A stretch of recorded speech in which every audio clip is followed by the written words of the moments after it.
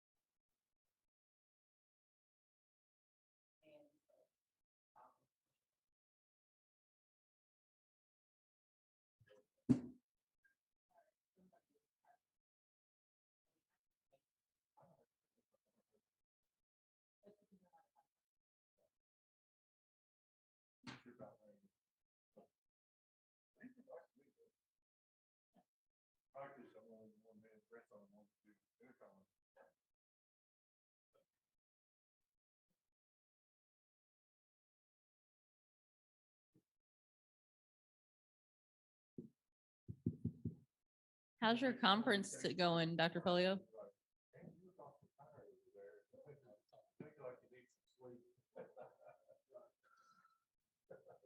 So far, so good. Visiting with my sister right now. She lives out here. Oh, that's awesome. Beautiful weather.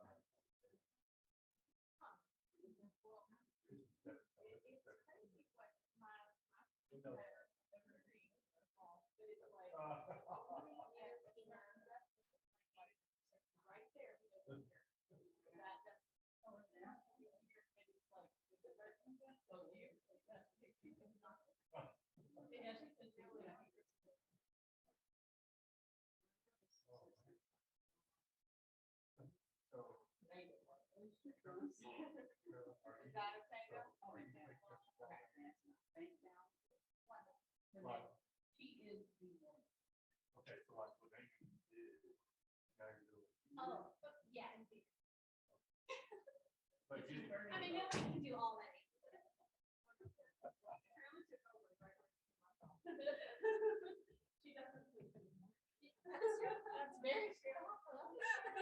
afternoon, Ms. Porter. Well, like I told Ms. Nucker, I'll just want a couple hours. You've grown up high. We didn't even get to talk today. The crazy Ms. thing. Porter, we'll move you down the right. Put you in the head chair. I've been singing on TV a couple times in the last couple of weeks. Yeah. Unless it was your twin. What, rerun? Probably.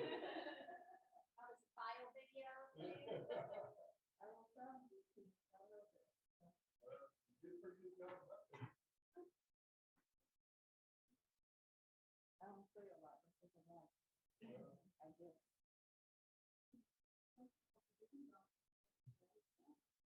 Sometimes you gotta smack those boards around though.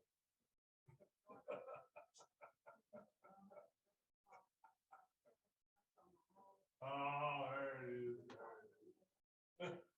I've been told.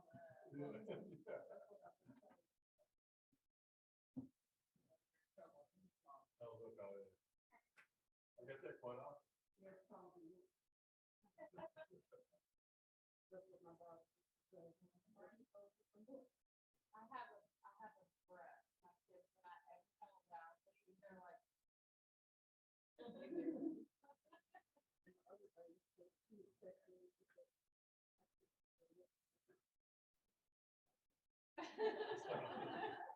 Stop looking, young lady.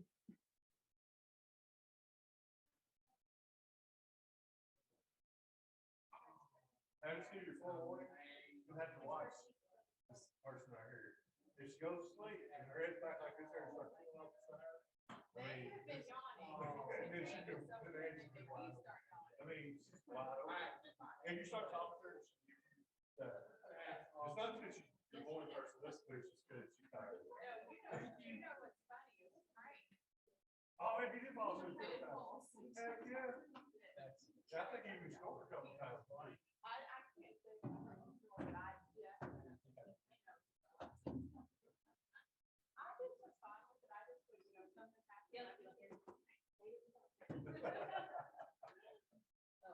Needs some leadership. Angie, did you send Polio music?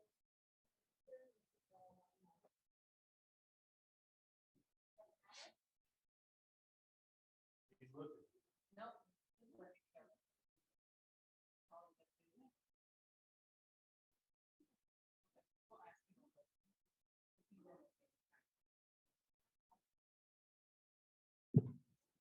Dr. Polio,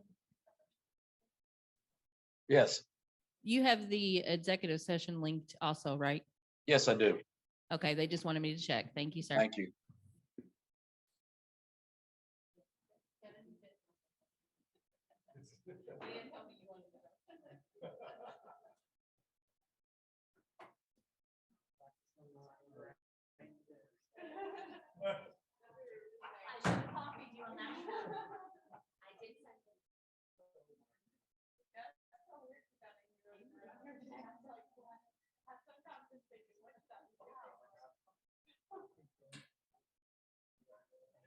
Your mom seems to have the shepherd.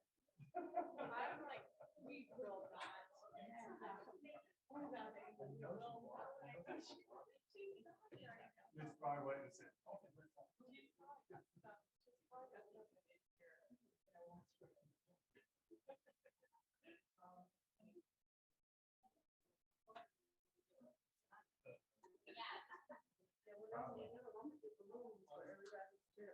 I'm like it.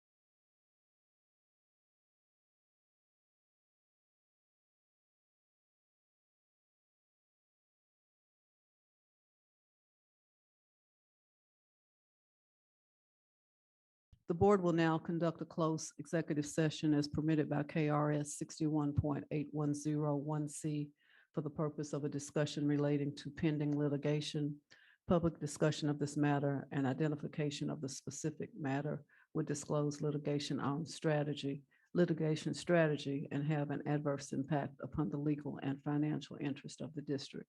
At this time, is there a motion to adjourn for the executive session? Board Member McIntosh, seconded by Board Member Craig. All those in favor, if you please raise your hand. It's unanimous. Thank you. So we will leave this space and go to the executive session space. Thank you.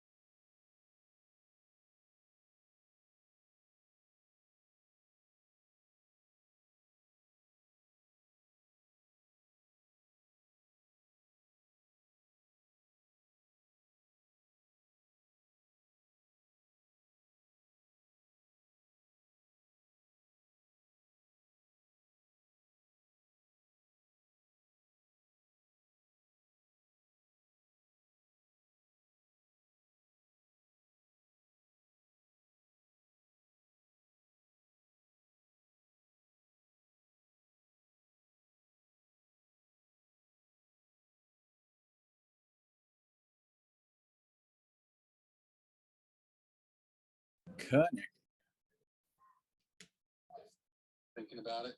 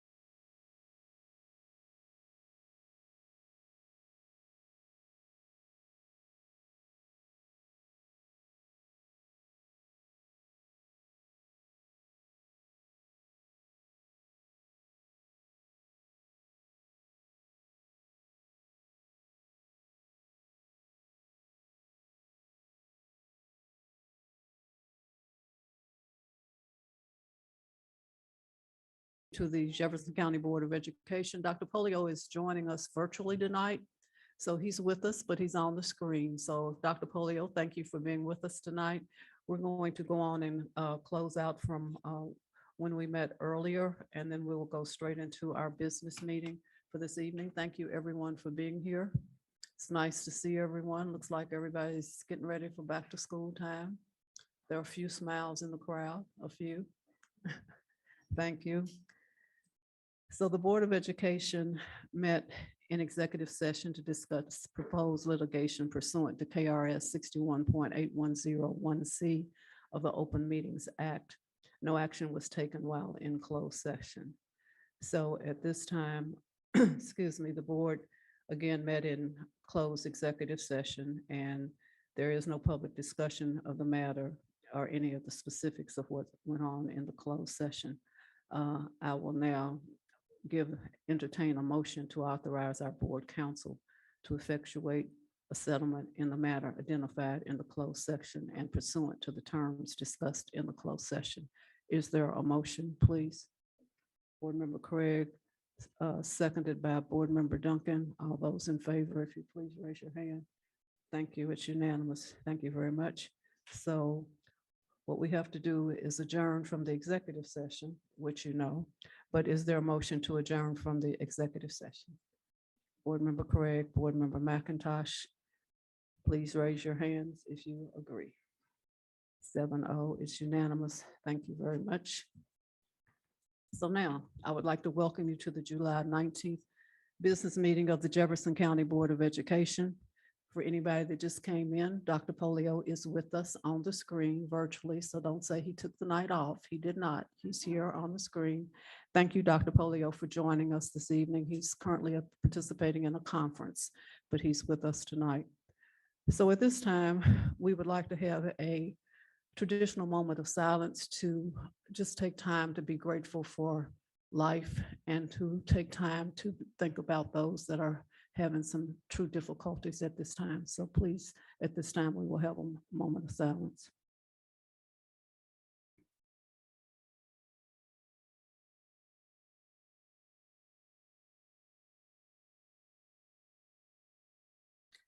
Thank you very much. Please stand for the Pledge of Allegiance, and I'm going to ask one of my colleagues who wants to speak up the loudest to lead us with the Pledge of Allegiance, please. If you don't speak up, I'm gonna call on you, like any teacher would do, so get started.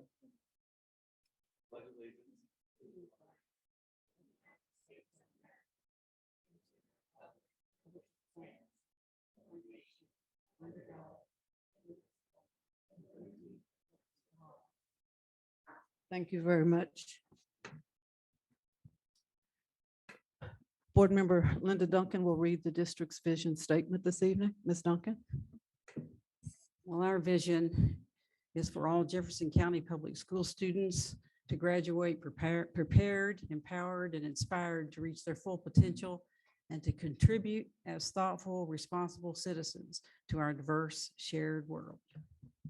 Thank you very much, Ms. Duncan. Next, we will have our Chief of Communications, Carolyn Callahan, will present tonight's recognitions. Chief Callahan, thank you.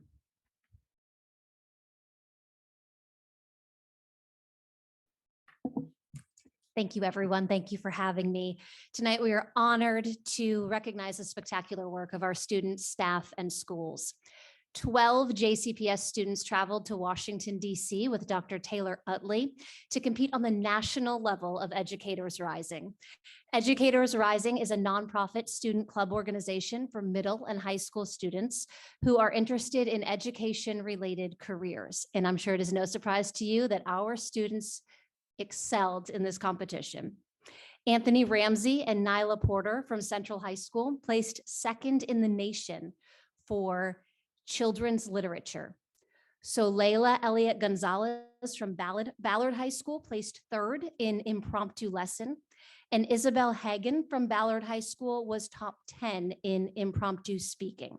The following students attended: Ballard High School, Ava Patton, so Layla Elliott Gonzalez, Isabel Hagen, Lakin Tomez Martis, and Shane Pointer. From Central High School, Anthony Ramsey, Marquise Barty, and Nyla Porter. And from Wagner High School, Rachel Roque, Dakota White, Luca Metzger, and Summer Burris. And their teachers include Cassidy Cummings, Laura Faulkner, Michelle Hills, Taylor Utley, Dwan Williams, and Cordelia Chandler. I invite those who are here to please come up, and principals and teachers as well, and have your picture taken with board members.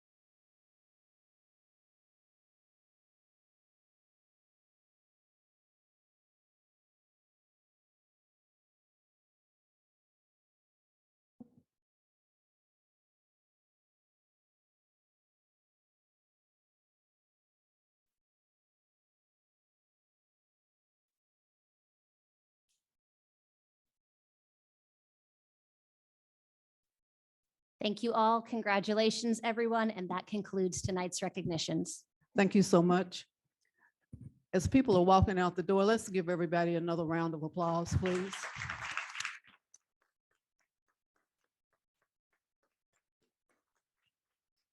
At this time, is there a motion to receive the recognitions? Is there a motion? Dr. Chris, seconded by Board Member Craig. All those in favor, please raise your hand. It's unanimous. Thank you very much. Next item is the recommendation for the approval of our agenda this evening. Is there a motion to approve the meeting agenda?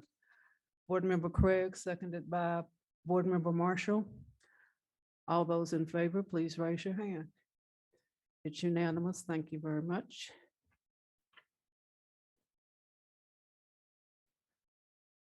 The next item is the recommendation for the approval of the minutes of our previous meeting. Is there a motion to approve the minutes of the June 28th meeting? Dr. Chris made the motion and is seconded by Board Member Craig. All those in favor, please raise your hand. Thank you. It's unanimous. And now we get to hear our superintendent virtually. It's my pleasure at this time to introduce our superintendent, Dr. Marty Polio, for the superintendent's report. Dr. Polio. Thank you, Chair Porter. How's my sound? Okay? Is it good? It's great. Thank you very much. And so first and foremost, I appreciate the board allowing me to be virtual today. I'm in California for a conference, so it's only 3:10 right now here out in California, but I'm happy, obviously, to be able to be here for this board meeting virtually. So I want to bring you the superintendent report for July 19th, 2022. So we know tomorrow, July 20th, marks exactly 3 weeks until we begin school. And I know that all of our administrators have returned. They're working diligently to prepare for the opening of school. Over the next 2 board meetings, we're going to bring you some important information about the start of school. As you know, tonight, we're going to be discussing our ongoing COVID mitigation strategies going into the 22-23 year. Unfortunately, this is the 4th school year that we have to provide a plan in some way, sometime during the year, but we are meeting that need with every resource that we have. We have some strategies that remain the same, but also some that have changed. And so we would like to solidify this information tonight, have it approved by you so that schools can begin planning for implementation on day 1 of school. At our next board meeting, August 2nd, we're going to bring you first day of school plans, as well as a staffing update. As you know, the staffing shortage continues into the 22-23 school year. Most acute at this point in our staffing shortage are teachers, bus drivers, and instructional assistants. So after meeting with our leadership team last week, we discussed the fact that this really is actually now our new normal. And we're going to be dealing with this challenge. We've dealt with it really for 5 or 6 years. The pandemic has exacerbated that. But we're going to be dealing with this challenge in some way every year moving forward. So the data is clear from our post-secondary partners that we're not going to see much improvement on this nationwide anytime in the next decade. So we're having to look at things differently with our schools in order to minimize the impact of staffing shortages on our schools, especially teachers. We probably didn't do enough of that last year, so we're working hard to do that. Although we want staff, we would love to have staff completely dedicated to supporting teachers or programs in the school or district. We're also going to have many of these staff members in our classroom to ensure a certified person is in every single classroom if there is any way at all possible. But once again, we will have an in-depth discussion with you about staffing, teacher retention, all of those at the August 2nd board meeting. Also, we're looking at ways to better support our teachers and our employees. So we've been working in collaboration with JCTA on the tool and financial support for teachers to purchase individual supplies for their classroom. So a lot of the times, the challenges in purchasing lead to us, with Red Book and statewide having to get multiple quotes on a price makes it very difficult to reimburse for our teachers. And I'll discuss that in just a second. But first, as we reported at the last board meeting, we will be providing every classroom teacher with technology from audio enhancement that will amplify the teacher and students' voices through the classroom speaker system. Also, the fob used as a microphone will have a safety button on it. So when the teacher clicks the button 3 times, it automatically sends a notification to the front office and to the administration that a teacher needs assistance for any of a variety of reasons that could both include medical support or behavior support. This will be an ongoing project throughout the year as we can implement 3 schools in about a week. So it is going to take us about 3/4 of the year to be fully implemented. But this is a tool that is research has shown to increase achievement in students, along with providing that additional security that we're working so hard on. And then secondly, I want to say I challenged our finance department to think of a way, and I want to thank Cordelia Harden and her team. We're going to begin a pilot program for teachers with Amazon Business. So we've really been working throughout the summer. How can we ensure and find a way that we can reimburse teachers up to a certain point for classroom expenses. So what we're going to do, we're going to provide every classroom teacher with an account for Amazon Business with $250 for classroom supplies. It's been done in some other districts, and we are using that as a way to do this more on the national level. So each teacher will have the opportunity to submit a purchase electronically through Amazon Business to purchase classroom supplies. A notification will go to our purchasing department, who will approve the purchase as appropriate for classrooms. That will then send the purchase order immediately to Amazon Business, who will send the supplies directly to the school in the teacher's name in 1 to 2 days. So we are working as quickly as we can to get this agreement together with Amazon Business. Unfortunately, as we were hoping to be ready by the first day of school for this, and I know a lot of supplies are bought before that first day of school, so it's not an ideal situation.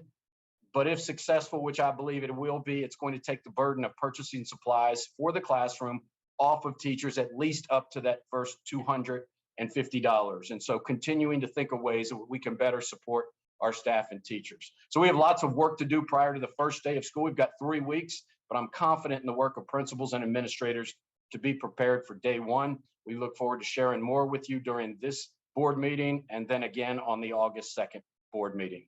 Thank you, Chair Porter. Thank you, Dr. Polio. Enjoy your conference, and it's nice to see you virtually. So thank you very much. We will move on now. At the time we started our meeting, there were no speakers that had signed up to speak, so we will move on to our action items. And the first action item on our agenda this evening is the recommendation for approval of health guidance for Jefferson County Public Schools. I will turn it back over to Dr. Polio to introduce this presentation. Dr. Polio. Thank you, Chair Porter and board members. We are bringing you for, as I said, the 4th consecutive year, a presentation around a new way forward. We started in 1920, that first right around March of 2020, when we had to go virtually for the remainder of the year, into 2021, which you know we were virtually for until about mid-March. We came back at the end of the year in a hybrid. Last year, we had a new way forward with a lot of our testing procedures, test to play, test to stay, vaccine mandate or testing. And so now we are moving into year 4, and we have to continue to adapt based on the resources that we have. And so when you authorized me to make decisions about masking, that ended on June 30th. So we are bringing this back to you today on July 19th in order to begin to prepare and take action for the start of the school year and how we will move forward. Next slide, please.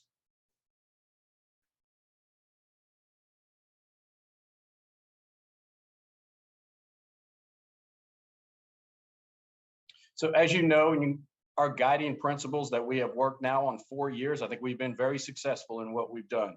Focusing on health and safety first, high quality instruction second. We know we've had to have a lot of flexibility throughout this process. Our schools have been extremely flexible, and thank you to our administrators, teachers for that flexibility, because we know all of this has been a challenge in a different way each of the past 4 years.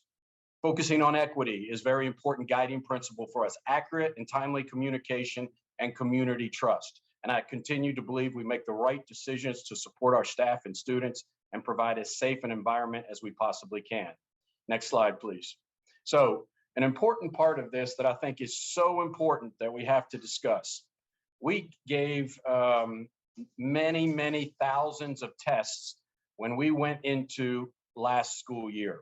As you know, we did the test to stay. We did testing at all of our schools. We did 50 drive-through testing sites for our test to play. And they were all asymptomatic screening testing. So how did we pay for that? We paid for that out of a federal and grant funding. So first and foremost, the Rockefeller Foundation grant started on September 1st, 2020.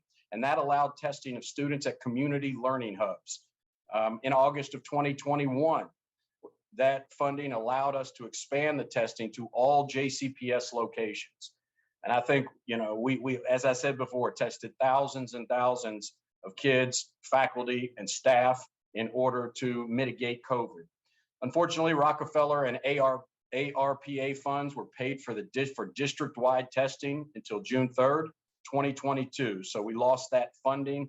in order to have asymptomatic testing. And as you know, the loss of funding impacts our strategies, but also including our vendor or testing of 50 drive-through sites throughout the district, specifically for asymptomatic screening. We will do some symptomatic screening. The CDC and the federal government has focused more now on take-home tests, and you'll hear a little bit more about that shortly. Next slide, please. So what we've tried to do through all of this, and I think we started really focusing on this, is let's follow the CDC and the KDPH guidance as much as we possibly can. We do not think there will be new guidance from KDPH or KDE. Before the start of school, the CDC updated their guidance, I believe, in late May.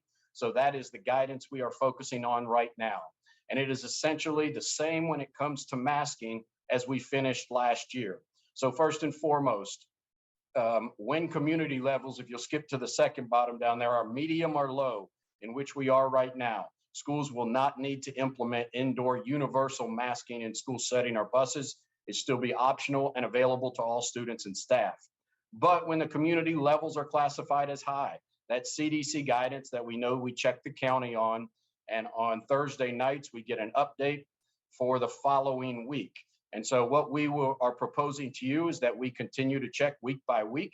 If we are in the green or the yellow, we will remain mask optional. If we move into the red on Thursday night, we would announce on Thursday night and Friday, that we would be going to masking the following Monday morning. And it would be for that following week, as long as it is before the district, or excuse me, the county goes back to medium or low. So that is really focusing on our masking plan. We will have masks available for all students, whether we're in medium, low, or high, every single day, and for every employee. Next slide, please. And so a few other things we're going to recommend to you to follow the CDC guidance. And so schools should continue to maintain the following baseline prevention strategies. And so first, encourage students and staff to remain up to date with COVID-19 vaccinations. We know a problem with that now is when we say up to date, it differs based upon age, how many boosters have to be given to stay up to date, and the first two. So that's a challenge that we face, but really encourage our staff and students to remain up to date with those COVID-19 vaccinations. We did have some discussions about this in the spring. As we come back to school, we are recommending that if someone tests positive for COVID, they're 5 days isolation. If symptoms are gone, then they can come back to school as a student or back to their work location if they mask for an additional 5 days. We always, as we would any time, instruct sick individuals to stay home. We will promote on-site testing for sick and exposed persons. So our nurses will still have the ability to test students that are symptomatic or exposed. We just can't do it in huge numbers like we've done over the past year. We do recommend 10 days of masking and testing for asymptomatic people exposed to COVID-19. Eligible persons exposed to COVID-19 should participate and can participate in our test to stay modified quarantine. And then once again, telecommuting options are available for employees well enough to work and work from home. Next slide, please. And so on quarantine and contact tracing, first of all, the Healthy at School office is going to work with district health services to facilitate contact tracing. That is difficult on staff, there is no doubt, but we think it is critical when we talk about notifications to families that we contact trace and let families know if there has been an exposure. Persons up to date on COVID vaccinations will not need to quarantine if not having symptoms. That is no change. That's what we did before. The Test to Stay program will be available for those students and staff who are not up to date on COVID vaccines. We'll continue to notify families and staff of confirmed positive cases. It will be slightly more challenging because we won't have the massive amount of asymptomatic testing, but those that we are notified of, we will continue to notify families and staff, and we will continue to post those on a dashboard for full transparency so that we have the number of cases at a school or a district is available on our website for all folks to see. Next slide, please. On COVID testing, any student or staff with proper consent. So we can test a student as long as the family has consented to do that. This is the big change. As available tests, which is including at-home tests, will be provided to students and staff who choose weekly screening testing. So if a staff or student requested, the turn now nationally is more a take-home model of testing and providing that to the family and following up with the result with that family. A student or staff member may participate in test to stay with verified COVID-19 testing through the school nurse or other testing site. Next slide, please. Other mitigation efforts that I want to make sure that we highlight: PPE, including masks, will continue to be available for anyone who wants them. So we will have those ready at all schools. We will have nurses once again in all of our schools to support this work, especially when the needs of reporting, contact tracing, assisting with our symptomatic staff or students. We'll continue to emphasize hand washing when practicable, space between students and staff. So encouraging, once again, our schools, when possible, when they can do this, to make sure that they take advantage of this. Obviously, we want to continue to encourage full vaccinations with boosters for those who are eligible for the boosters. And once again, we want to try and at the best we possibly can is to improve ventilation where we are able to do that. Next slide, please. And so as I wrap up this presentation, I want to say some of the things that will change. Overall, if we look at it from an overall picture, masking, once again, will be based on color coded. We'll check on Thursday evenings and begin if there is a change for the following week. And once again, if we are in that red category based on CDC guidance, we will automatically go to mandatory masking for that week at a minimum.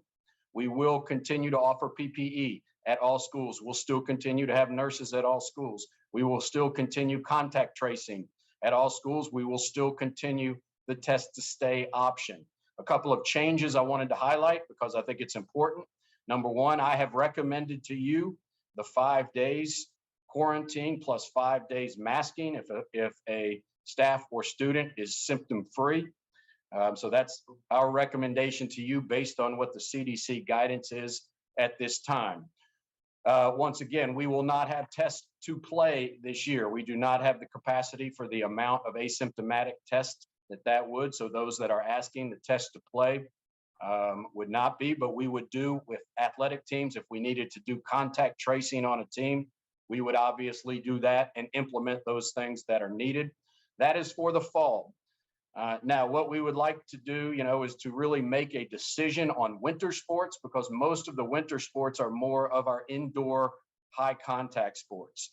So right now, with volleyball being the one that's indoors and not quite as much as high contact as say football, wrestling, or basketball, that's the only one the rest of them would be outdoors. So we do reserve our, hopefully that right to come back to you if needed, based upon what fall and winter data shows, to continue on with winter sports and doing that test to play. And then the vaccine or test mandate.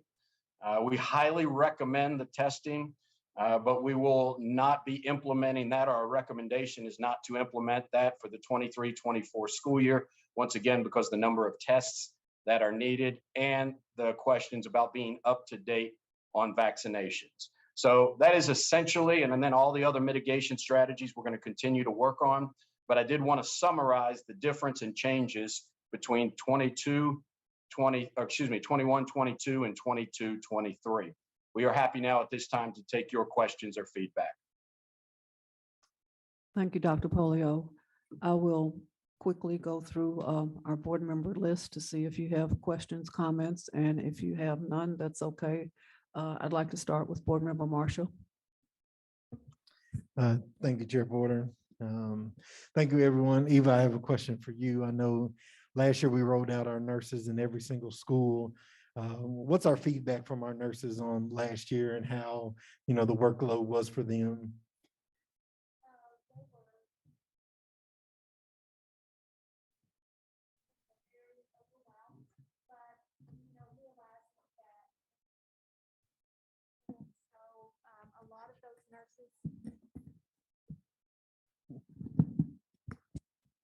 let's try this one. There There we you go. go. So we actually did a survey toward the end of the year to ask them how they were doing and what things were most challenging. And so several of them were overwhelmed. And so we did some things to help get them some support. We brought on nursing assistants and to get them somebody who can help with the data entry and the follow-up. We brought some additional nurses and staff to do district level contact tracing to take some of that off of the schools. Of course, we had nurses available from 5 a.m. until 9 o'clock at night during the week and then on the weekend. And so those are the kinds of supports we tried to get them. And they were busy and overwhelmed, but they were trying to be school nurses and do COVID related things, but they did a great job and we ended up doing pretty well. Well, that's good. And yeah, I know we really appreciate the work that they did and how they came through. So it was amazing. So looking forward to continue to support them in this work this year. Hopefully the workload is not as much. I think fingers crossed for all of us. Dr. Greenweb, question for you. I know some teachers are asking questions about COVID sick days. Will those be available this year, or how will that happen with teachers that may need to be out? Right, so there is a change in the General Assembly. The legislators passed a change in the quarantine leave. So the regulation now requires that employees exhaust all of their sick days prior to using the quarantine leave days. And so what we have in policy and second reading would be that those 10 days would be available and that we would operate in the way in which the legislators prescribed. Okay, yeah, I appreciate that. Thank you, Chair Porter. That's all the questions I have. Okay, thank you, Board Member Marshall. Ms. Duncan, questions or comments, please? Oh, I think really, I don't have any questions right now about this. I very much support following CDC guidance. So thank you. Thank you. Board Member McIntosh. Thank you, Chair Porter. I really don't have a question so much as just a concern. If JCPS ends up the only community entity that is requiring masking of students, right? You know, all of their sports teams are not doing the same thing, public places, whether it's shopping, restaurants, all those kind of things. I have concerns about how our school-based staff is going to be able to effectively implement masking in the schools without considerable resistance from community members and parents. And so I want to make sure that we have plans in place to be able to provide additional support to our school-based staff that if this board accepts and votes in favor of Dr. Polio's proposal, and then we move forward with this plan, that if things turn red and we have, according to this, if things turn red and we move to masking our students, I don't want our school-based staff and administrators to constantly be facing these battles that are disruptive to the actual educational process. So I don't know what the solution is for that, but I have concerns about this board voting for whatever it is, and then the entire onus and responsibility falls to our school-based staff and creates a difficult work environment for them. So open to suggestions and just wanted to make sure I expressed that. So thank you. So I'll say this, Ms. McIntosh, I mean, I agree that it is not, and as the year went by, it became more and more challenging, I think, especially as other entities were coming out of masking and those type of things, other school districts. But I am, and I have to believe we have to be committed to the CDC guidance. You know, the CDC guidance is clear when you are in high community, that spread, that schools should implement a masking requirement. I think the good news for the community is that, you know, it is not a situation where we'd have to bring it back to the board and have to, you know, go through a vote again. the community can watch along with us and know that it may not be permanent. It may only be for a few weeks. But I think if we're going to have to follow the CDC guidance, that's what I think we need to do. So yes, that does, I would not, being candid, it does put additional strain and stress on schools and administrators. But I think we have to step up. If the CDC says that this is the guidance for schools for safety, then I think we have to do that. So I don't know if that's specific enough to your support, but I do agree with you that we'll have to figure out ways to support in the scenario that that happens. Okay, thank you. Thank you, Dr. Polio. That's the questions? That's all? Okay, all right. Board Member Craig. Following up on Mr. Marshall's questions about the 10 days, Dr. Greenweb and Kevin Brown too. I understand that there was a change in the regulation. Does the regulation prohibit local boards of education from diverting back to the 10 COVID days? I understand that there may be an emphasis on it or an allowance. I don't know. Do you understand my question, Kevin? I don't think I do. The reg is clear that the quarantine, the General Assembly didn't change the statute. The statute's been in effect for a long time. The state board realized and the department realized during COVID that they had never promulgated a regulation on quarantine leave. It had been on the books for a long time. And so this regulation is now in effect for not only COVID quarantine, but any other disease that comes along that requires a quarantine. Now we have a reg on the books. The reg says that the quarantine leave may be provided by a school district only if, it says shall, the employee has exhausted their sick leave. Okay, so it requires us to, it requires them to use up their individual sick time before, okay. Correct. Is there anything that we could do to go above and beyond to add more days to somebody who has been forced to use up their 10 due to the quarantine? I can imagine, expectant parents or any other number of scenarios that additional sick days are going to be needed. There's a general recognition, and the department has stated this, and I believe it to be true as well, that districts can add additional benefits. So the reg provides for the 10 days. I think we can explore whether or not the reg permits us to add additional days. But it does, the department has staked out that if you do have quarantine days, no matter the number, you do have to exhaust sick leave. That's explicitly stated in the regulation. Okay, I think at some point soon, it's going to warrant another follow-up discussion to determine whether or not we have the funds available or the capacity to offer those additional benefits and budgetary concerns, staffing concerns, but also informed by what information we have about COVID spread 10 days into the school year. Is that okay? Thank you. I'm sorry, were you going to say anything else? Okay. No, he wasn't. Do we have, Ava, any good information right now about what COVID's going to look like in the fall? I mean, what's your best guess? You're the expert here. Yeah.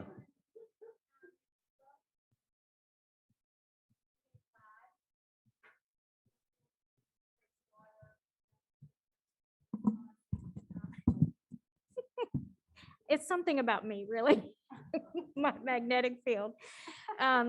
BA.5 is the dominant variant across the country right now. And so they're watching it pretty closely. The White House actually did a briefing last week on BA.5, urging people to follow recommendations, to be mindful of what's happening. Hospitalizations are going up with this particular variant. And whereas the vaccines keep people from life-threatening, help prevent death from COVID-19, they are not offering as much protection as they have with previous variants. So there's a new vaccine supposed to come out sometime in October that they'll hope for will have more broad use, basically against more variants. There's another variant they're watching closely, BA 2.75, and they have concerns about it as well. So the prediction is that the fall is going to be pretty intense with COVID. Okay. Nothing else, I think, to add. I'm going to echo Ms. McIntosh's concerns that we, in my opinion, best policy for the district to follow what the CDC is recommending because it becomes easier to implement if we need to become more stringent for whatever reason, based on whatever happens in the future. Following CDC guidance now will make it easier for us to do what we need to do in the future if necessary. That's what I have. Thank you, Chair Porter. Okay, before I call on Dr. Chris, do we still have a process in place where teachers, staff can donate a sick day into a sick day bank? So if I were to run out of my sick days, I would have the opportunity to go to that sick day bank and use that. Is that still available in the district? And is it for certified and classified staff members? It is still available for certified and classified. Our union partners manage that, and they do have certain requirements on that, but it is still available. Okay, I think it's good for people to know that that's available as opposed to saying, I'm out of days, what do I do?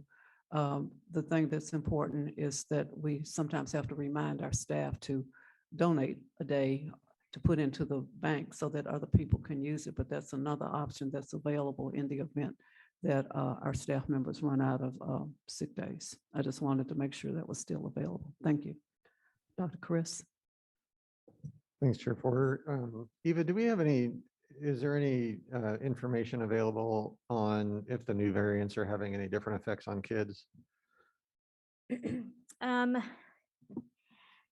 Yes and no. So pediatrics it's the same situation we've seen from the beginning of COVID, that kids are less likely to get really sick with COVID, but children do get COVID. And there's a lot that's not known about the long-term impact. So specifically these variants, there's not enough data yet right now to say that they're worse for children. Thank you. Are we still employing the equity plan related to COVID that we passed a long time ago now? The equity reopening plan? Yeah. That's where we put the supports in place to have the nurses in the schools and to make sure that people had access to services. So yes, that's still part of this plan. Yeah, I mean, just concluding comment. I mean, that just continues. Equity continues to be my concern. You know, the more vulnerable parts of the city, of course, are not as vaccinated and more vulnerable for other reasons as well. So I would just encourage us to continue to do everything we can to support our communities that might suffer worse consequences from these new variants, especially. Thank you. Thank you, Dr. Chris. Dr. Shore. Thank you for this work and this update. Look forward to a fun and healthy school year. Okay, are there any other questions or comments before I call for the motion? Any afterthoughts that you might have? Seeing none and hearing none, is there a motion at this time to approve the JCPS health guidance? Is there a motion, please? Board Member Duncan, seconded by Board Member Craig. All those in favor, would you please raise your hand? It's unanimous, 7-0. Thank you very much, and thank you to our presenters this evening for being available to present and to answer any questions that we may have. Thank you very much. That takes care of our action items, and we're going to move on now to our information items. The first information item that we have this evening is the acceptance of the facilities plan. And I will turn it over to Dr. Polio to introduce this presentation for us. Dr. Polio. Thank you, Chair Porter and board members. We think it's very important to bring to you another facilities update. I can't remember the exact date, but I know we did one back in the winter with you to kind of talk about some of the things moving forward, but a lot has changed in that time. From the creation of our facilities committee led by board member Craig, to us being within 3 weeks of opening up 2 brand new school buildings, which is very exciting. Developments on other 2 moving into a phase two without a doubt, doubling our bonding capacity so that we can implement a plan moving forward. And so we want to make sure that we keep this front and center because it is time for us, we believe, to be assertive about our facilities here in JCPS. We've spent days, hours, and numerous amounts of time talking about the problem with our current facility. So we won't do that right now, but what we want to do is start tackling this. So we're really going to have you look at it in three phases. Chris Perkins will talk to you about those three phases. Phase one are the school buildings that are either being opened in 3 weeks or will be opened in 1 year in 3 weeks. So that's phase one.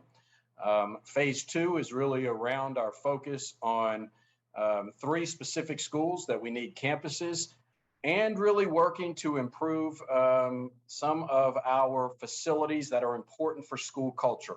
So you're going to hear right now about how we're going to move forward, replacing, our playgrounds in schools that may not have that PTA support that other schools have and getting that done right away.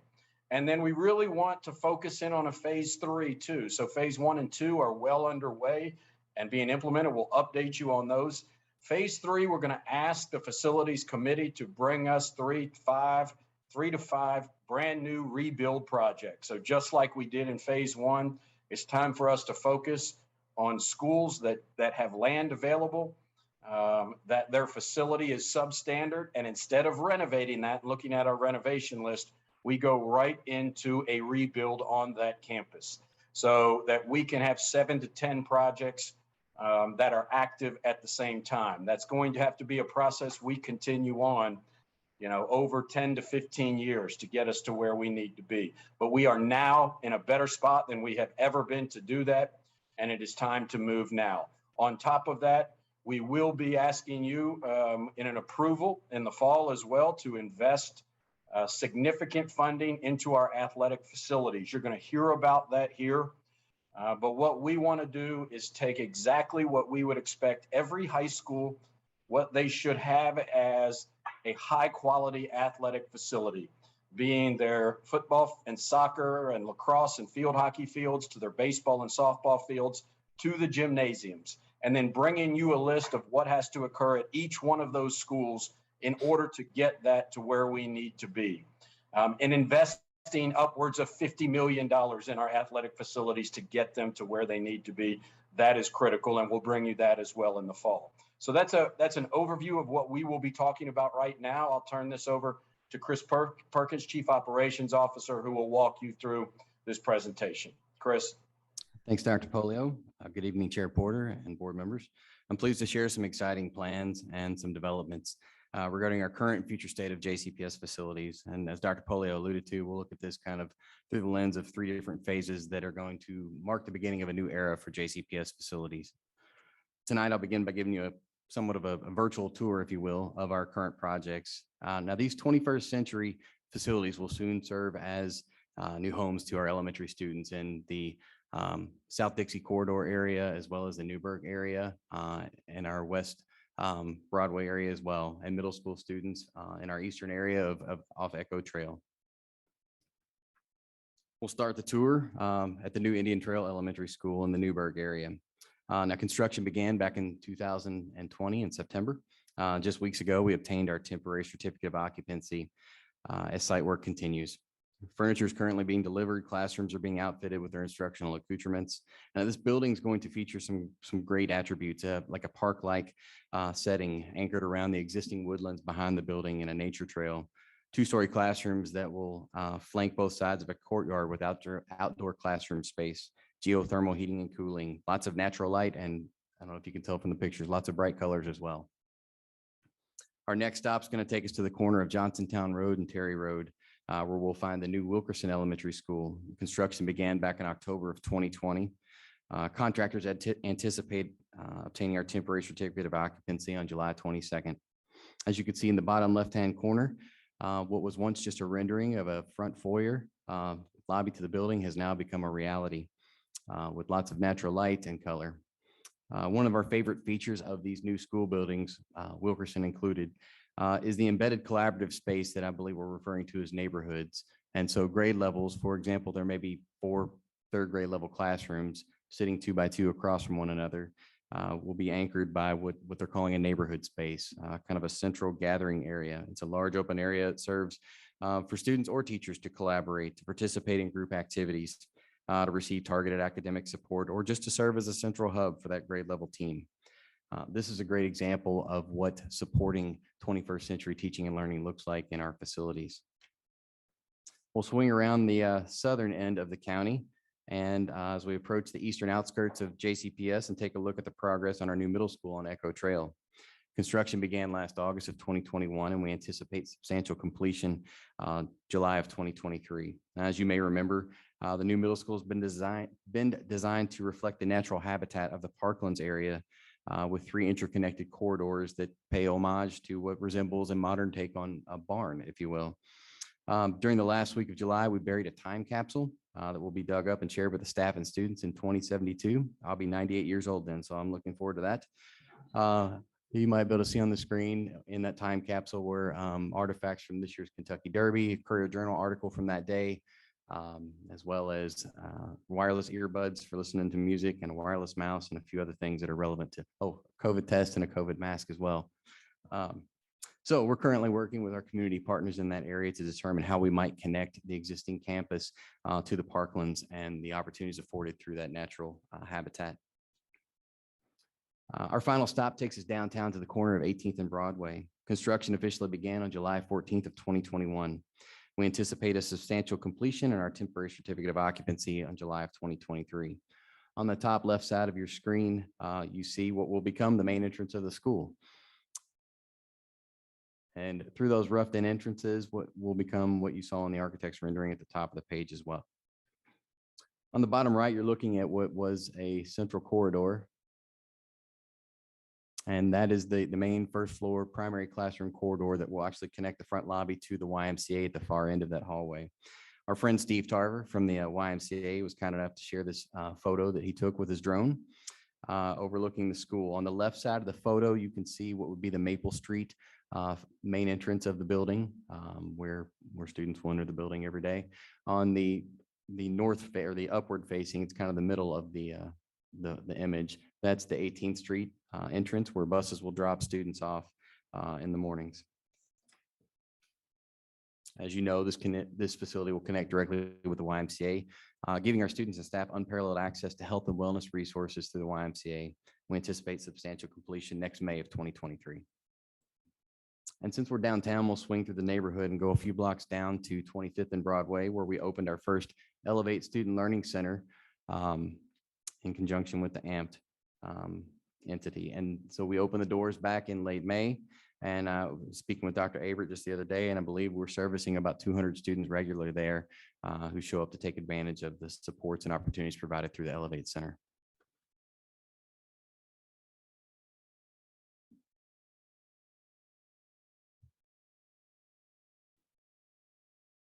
As we move into phase 2, Dr. Polio and I are both excited to share some plans and prospective developments regarding our phase 2 schools on these commitments that we've made to build new homes for 3 of our newest schools, those being W.E.B. Du Bois Academy, Grace James Academy of Excellence, and a new middle school in West Louisville.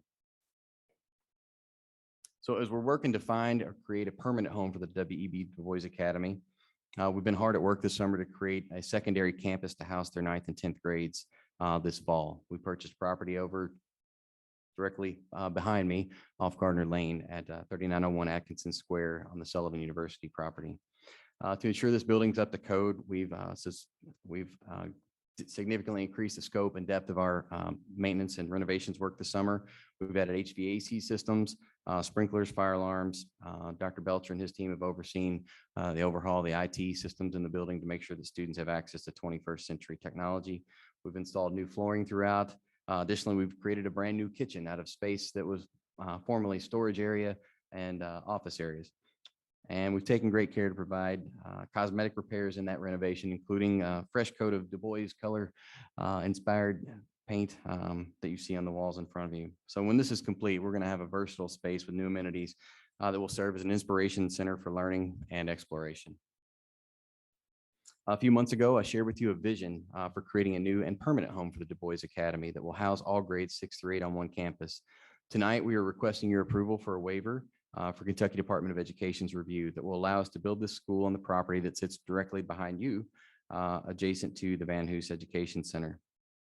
Last month, members of the operations team, facilities planning, Office of Diversity, Equity, and Poverty, and Student Assignment and School Choice interviewed prospective architects where they were asked to present their plans for the designing of the new Du Bois Academy campus. After seeing and hearing about their vision for the future of Du Bois, we're recommending Moody Nolan Architects for your approval on tonight's consent calendar. They understand the significant impact this facility will have on our young men of color for generations to come. They recognize that this is not just a school building. I was hoping to share a video, and I would be glad to share that with you that shows some of their renderings for what the design could look like sitting on that property. And as you will see when I can share those with you, it speaks to many of the guiding principles of our future state of facilities. It raises the bar and facilities design for JCPS. Their designs included models that accentuate progress and growth. You'd see lots of curves and angles and elevations and interior courtyards, even a rooftop courtyard on one of the designs.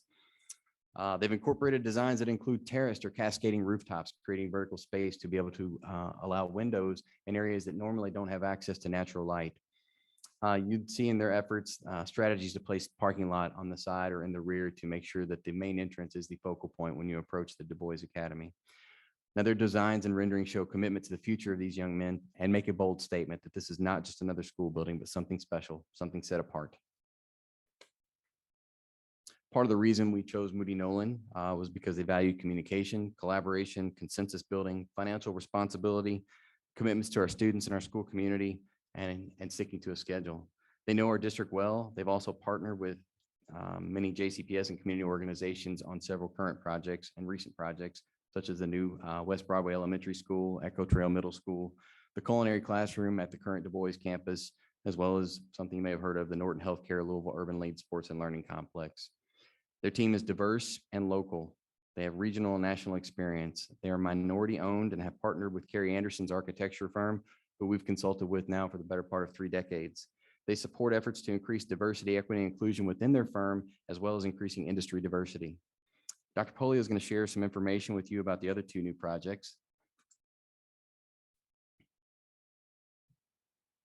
So I'll kick it to Dr. Polio. Thank you, Chris. And so we wanted to talk a little bit about Grace James Academy and our work that we have done. Many of you may have seen in late June, we went down to Russell Place of Promise so that what we can do once again is build a school just like Chris described for W.E.B. Du Bois. We believe this is a perfect spot for us, which as you can see is directly adjacent to the Norton Track and Field Complex, which I think would just bring additional supports to our students and really, once again, be another great thing for the Russell community as well. And so it is about a 5-acre plot of land. We made a pitch to the Russell Place of Promise that we would need to use the vast majority of that land, although we may not have to use every single acre, but we will be bringing to you, hopefully have notification in the short term that JCPS is the project they select and that we can build right there. We are ready to go. We're ready to bring you, once again, just like we're doing with W.E.B. Du Bois, to bring you an architect and begin the project as quickly as we possibly can. But once again, we believe that this spot at 30th and Madison is a great spot for us to build an innovative building. We're going to want it to look very differently. In our pitch also, because a part of the requirements for Russell Place of Promise was to have a collaborative space with the neighborhood. We think building a fine arts auditorium on that spot that connects to the school. Obviously, the students in school would use it when they had it, but then it would become a community auditorium, fine arts center at all other times during the year. And our goal would be that would be used as much as possible during the year to highlight the arts, the performing arts, and music in the community. So we think that would be a great collaboration with Russell Place of Promise to share both a brand new campus of Grace James, which once again, we want many of those seats at Grace James. We want to attract young ladies from the Russell community into this magnet. But we think this is a perfect spot for us. Next slide.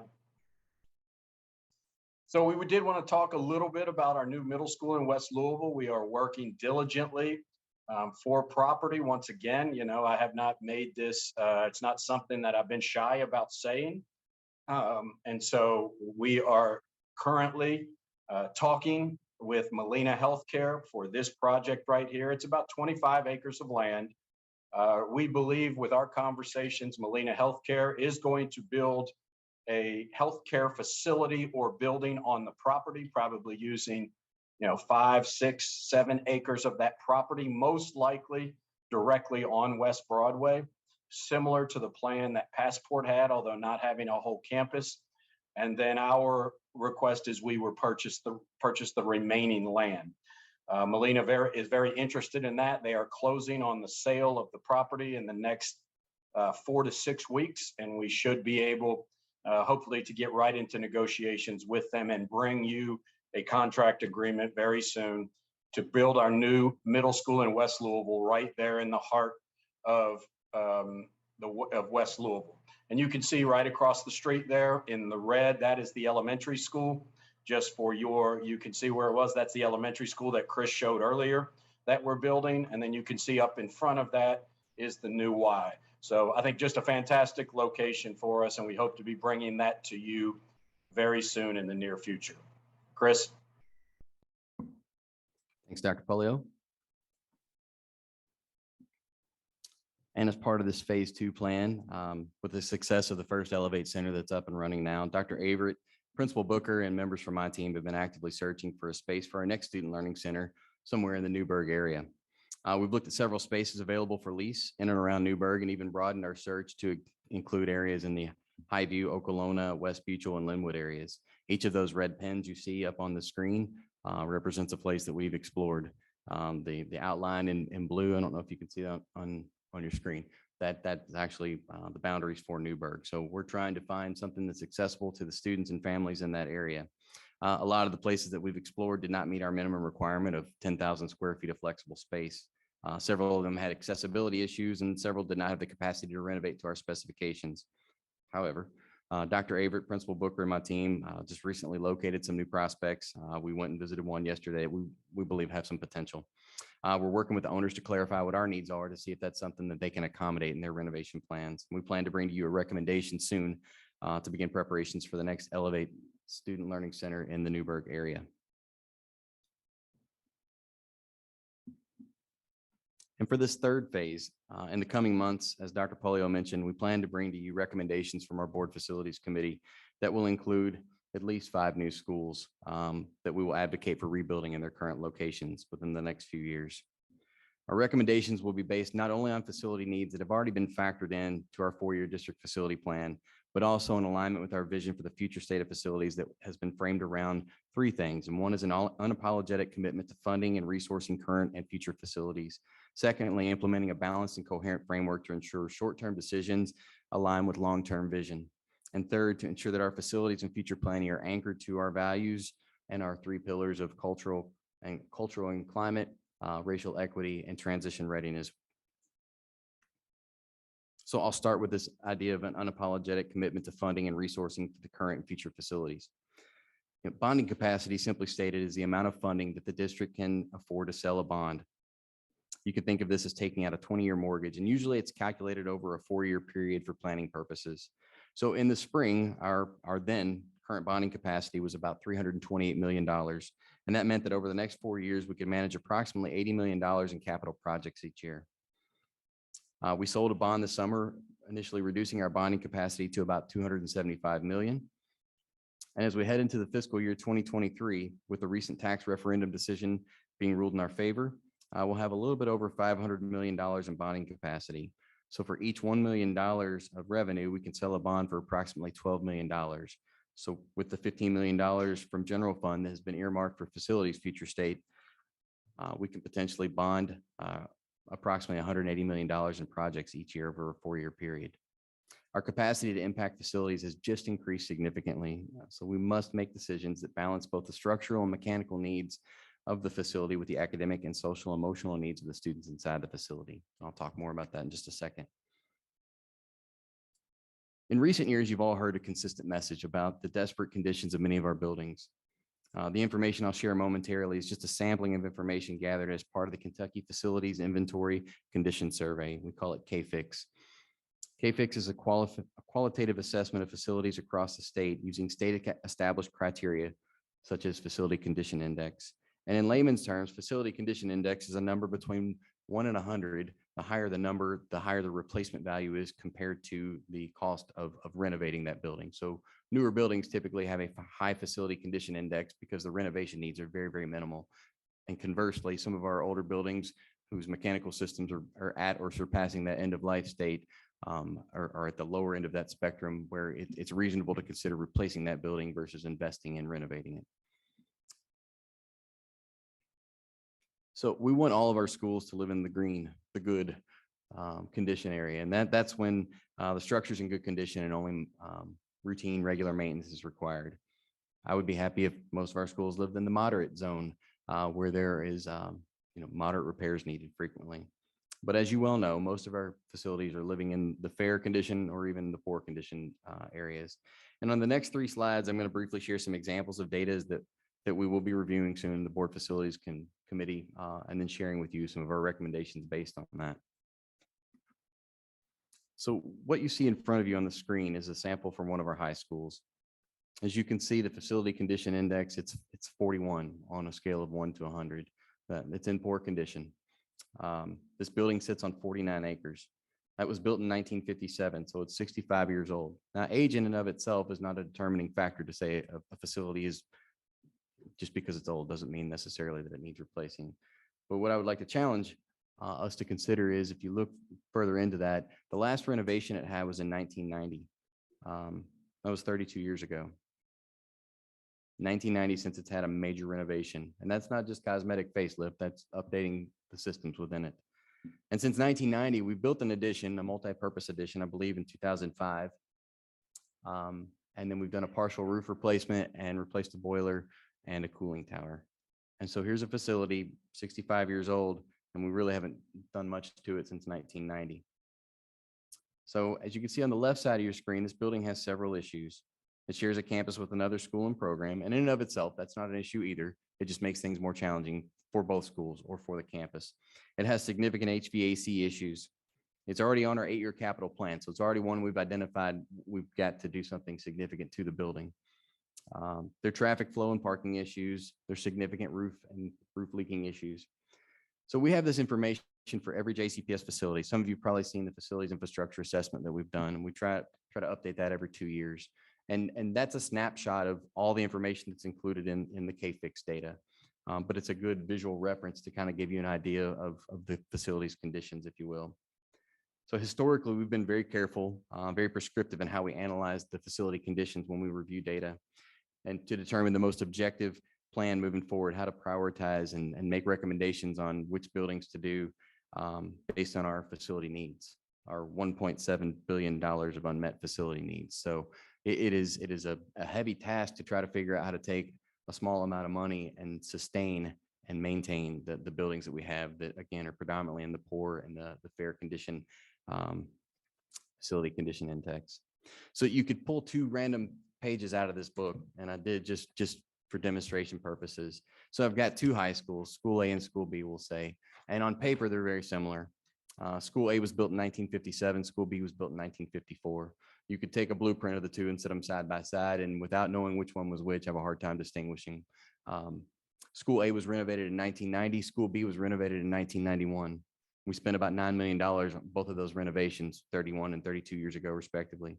School A has a facility condition index of 41, School B, I think, is 42. So again, they're both in desperate need of renovation. Some of you might know my background's in engineering and math, and I work construction, and I'm a very data-driven person. Myers-Briggs would tell you that I'm an INTJ. Like I make decisions based on data every single day. And you know, one of my mentors told me years ago as a young principal, he said, you know, data is the answer to the questions we should be asking. And so We have looked at data. We've got a book full of data. We got spreadsheets full of data. But you know what data you do not see in front of you, which you won't find in here. You don't see any data about the students that are inside that building. And that is our challenge moving forward.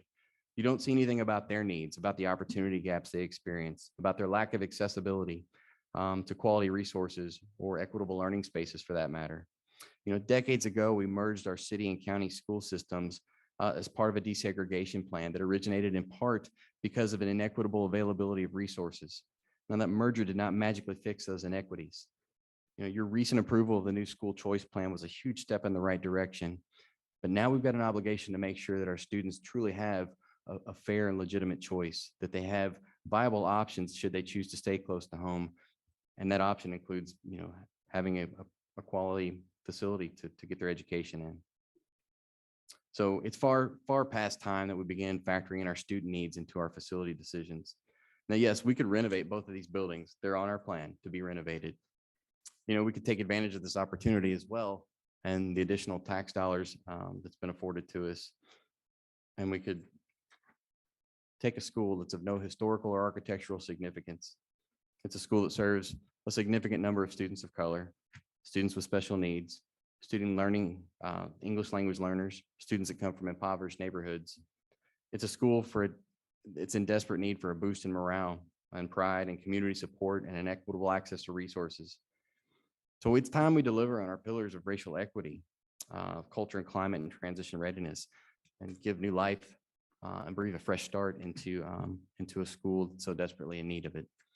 My charge to you and what Dr. Pauly and I plan to present to you is a plan on how to identify which schools that we think are in need of rebuilding and not just renovating. I don't want to belabor the point, but just to show you, we've got to look at all levels, not just high schools. Well, this is a sample middle school. And again, this middle school built 1956, 66 years ago. It was originally built as an elementary school. So just marinate on that for a second. The specifications for it, the size, the dimensions were built for elementary sized kids. And we have middle school sized kids in the building. So that presents its own sets of challenges right there. You know, with the exception of adding a chiller and a boiler a few years ago, we added a media center 27 years ago. We've not invested any capital dollars in renovating or maintaining a building that's 66 years old that was really built to be an elementary school, but has been serving as a middle school. You know, at first glance, we could probably write this off and say, well, that one's in fair condition. It's a 51 and the other one was 41. So this one's in better shape. But what if I told you that 67% of the kids in that building were on free or reduced price lunches? What if I told you that 27% of them qualified for special services? 34% of them are learning the English language. 74% of them are students of color.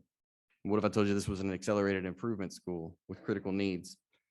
And that the percentage of students that have a strong sense of belonging in that school is one of the lowest in our school districts. Fair conditions not good enough for these students. And we can't settle for that. They deserve better. We must do better. And lastly, an example of an elementary school, and I couldn't fit all the issues with this one on one screen. It's truly surpassed its usefulness. It's one of our lowest condition indices in the entire school district. Similar student demographics to the middle school I just described. The design and the physical layout of this building, probably one of the worst in our 155 campuses. In the nearly 50 years since it was built, we have no record of making any capital improvements to it. Again, we must do better. So once we've identified and made recommendations to you on which schools we think are good candidates for rebuilding, it's imperative that we break away from conventional models. The essence of classroom instruction has been static for too long, and while the general shape and contour of student desks and tables have somewhat evolved, you know, our limitations on space and innovations has perpetuated a current version of an old model. School buildings have historically been considered utilitarian. They're functional for organizing, processing, sorting, separating, controlling, the industrial model of education we've talked about. It's critical to that our facilities inspire, empower, engage, and facilitate 21st century teaching and learning for all JCPS students and educators. You know, the world doesn't look the same as it did 50, 60, 70 years ago when most of our school buildings were constructed. In fact, 75% of our schools were built between 1950 and 1976. 75% of our buildings. So the world doesn't look the same. Teaching and learning doesn't look the same. Why would we think that classroom design should look the same as it did half a century ago? It's time we get with the 21st century. We need to build schools that go far beyond the utilitarian function of putting a roof over students and teachers and begins to serve as means to inspire and facilitate innovations of teaching and learning. Our schools must be redesigned and if need be rebuilt to provide space, flexibility, equipment, infrastructure to ensure academic success and opportunity for all students.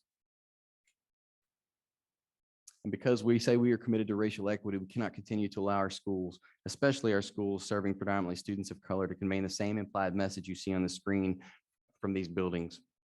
While these schools are functional, nothing about them tells a student or a parent or a faculty member that they are walking into someplace special that has a profound responsibility of educating our future generation and leaders. I will tell you as a JCPS graduate, a former teacher, principal, parent,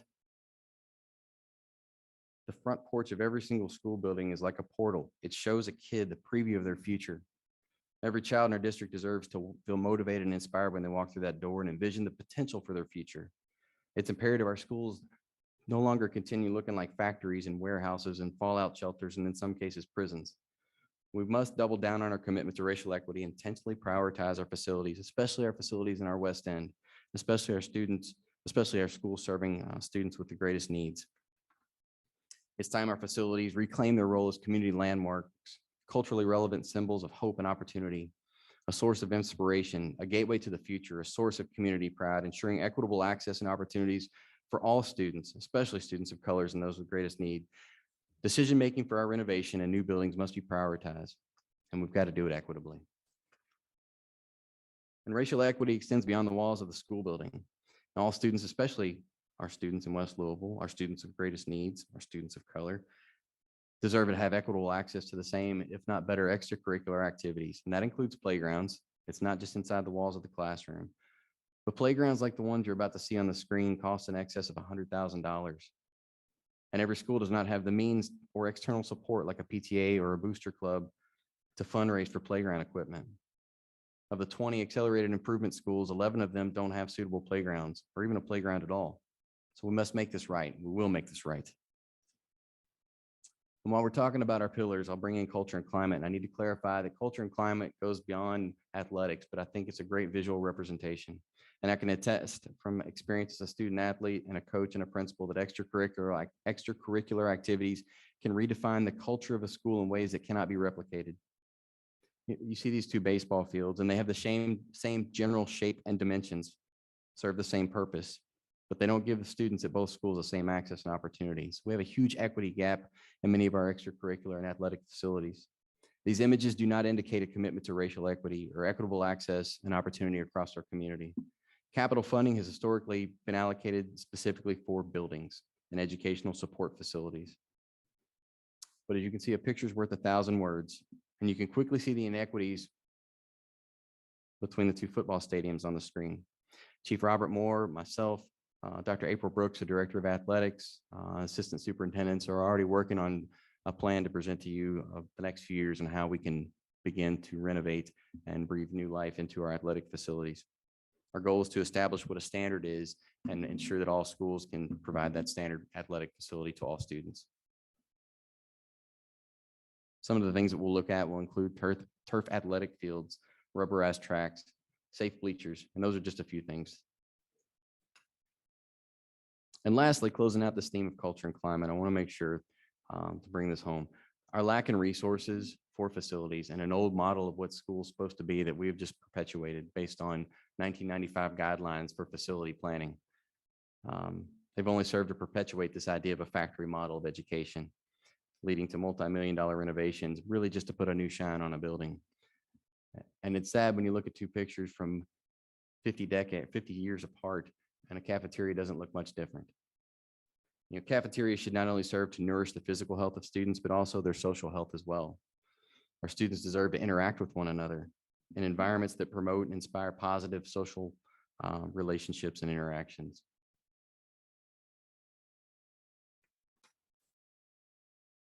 So we have our work cut out for us, but we have funding now that we've never had before, and we have a desire to innovate. We have a vision for the future. We have a moral imperative to our students and our future generations. And so to summarize, in the coming months, I'll be coming to you to request your approval to reconvene the district local planning committee so that we can begin amendments to our facilities plan based on the availability of more funding now. Dr. Polly and I will be sharing with you a vision that includes groundbreaking on as many as 11 new schools in the next 8 years. We want to present to you a plan to ensure every elementary school has access to a safe and equitable playground. And we will share with you our plan to significantly improve our athletic facilities across the district. This truly is the dawn of a new era and an opportunity to rebuild the future for JCPS. I thank you for your time, and I'll entertain questions or comments you may have. And I will wrap up, Chris, just a couple of items. Thank you very much for that presentation. I think you see the detail that goes into it. A few things I want to highlight. We have already gone to every AIS school and principal to determine which playgrounds we need to replace and replace them immediately. And then we will spread beyond that outside of AIS, but we're starting with AIS as quickly as we possibly can to invest in those. We would like to have a plan to you during the course of this school year on the athletic facilities and what each facility would need. You know, we won't be doing that in the fall because athletic facilities that are actually taking place on those fields, but we will begin that as soon as we possibly can. And I will say this, our goal here, yes, we have a focus on equity without a doubt, but our goal here is to transform every single corner of this community. Everyone is investing in this, and we want to make sure every community, every corner of this community gets impacted. So our plan will also have, whether that's phase 1, phase 2, or phase 3, a brand new school. We would like to bring you the plan, a brand new school in each of the 7 districts, so that you know we're investing in each and every one of our board member districts, which represents all over our entire community. And we do want to bring you this plan in the fall so that we can get approval on it and begin the process. Because I know I've stood in the brand new Wilkerson on the 2nd floor, overlooking the old Wilkerson where the kids were actually in school. And the difference is just unbelievable. So we've got to move on this, as Chris said, and it's time to bring you that. And we will bring back to you in the fall the next iteration of these plans and approval processes along the way in each and every board meeting. That concludes our presentation. We're happy to take any questions that you have. Thank you, Dr. Polio. I'd like to turn it over first to Board Member Craig, because this is a committee that he's working on to see about his questions and comments. Each board member will have questions and comments, but I would defer to you first because this is your committee. I appreciate that, Chair Porter. I'm incredibly excited about the work. Chris, I think this was your best presentation to the board since you became COO. And I'm really, really excited about the work that we're about to commence with. Facilities Committee will be meeting the 3rd Wednesday of each month for the duration of the year. And as we began the process of formulating that committee, I challenged the superintendent and Chris to consider a methodical approach to the way that we would be using these additional dollars with respect to facilities when the Supreme Court decision came down. And I'm excited to see the framework that you put together for us and the way that we're going to consider this. I had concerns that we might just pull 8 or 10 of the schools at the top of that district planning report that the committee put together and just start cranking them out without really considering in a methodical way the future of the district. And I'm happy to see that the framework is coming together and the way that we're going to approach this. So thank you very much. I still invite everybody else to come to our committee meetings and look forward to working on this going forward. Thank you. Thank you, Board Member Craig. I will just ask some questions or comments again, starting with Dr. Chris. Thanks, Chair Porter. And I echo Board Member Craig's comments. It seems like we definitely have the right person overseeing this. So glad to have you in this role, Chris. Your passion for it clearly comes through, and I think that's a huge asset. Well, one comment that I'll probably make repeatedly, and I don't think it's at odds with anything that you said, but I just want to stress that I hope that all of our schools were able to make architecturally distinctive, I guess, in some way, so that they each have their own kind of unique visual identity on the outside. And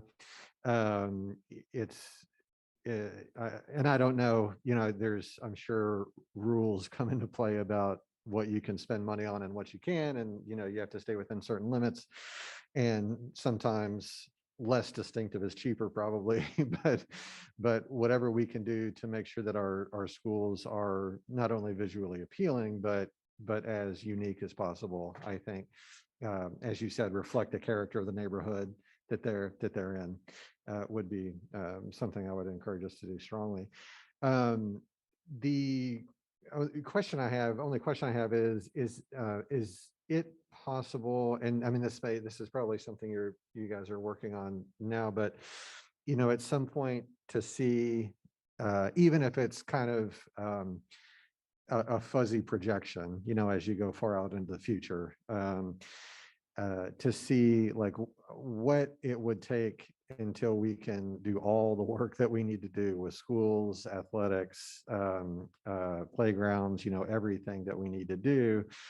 And then, because then that gives us as a board an opportunity to ask ourselves, okay, well, here's our experts are telling us, with the resources they have, this is what we can do by X amount of time. And then we can ask ourselves, well, are we comfortable with that timeline, or do we feel like we need to do more? So that would be something that I'd love to have a look at sometime, in the next 6 months or so. Thanks so much. Absolutely. Thank you. Thank you. Board Member McIntosh.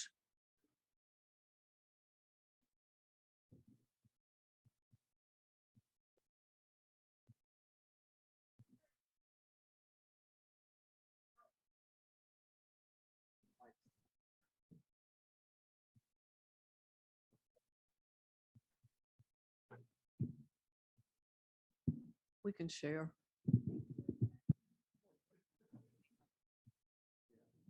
Use your teacher voice. How's that?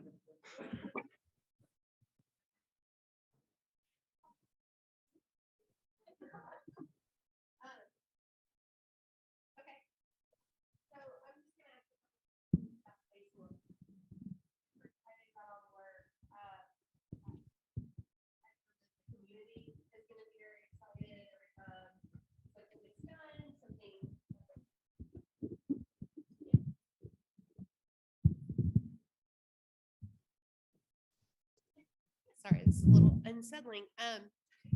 But I know the community is going to be very excited every time they see their neighborhood improved with these developments. So, but I'm just going to try to be brief and stick to phase one.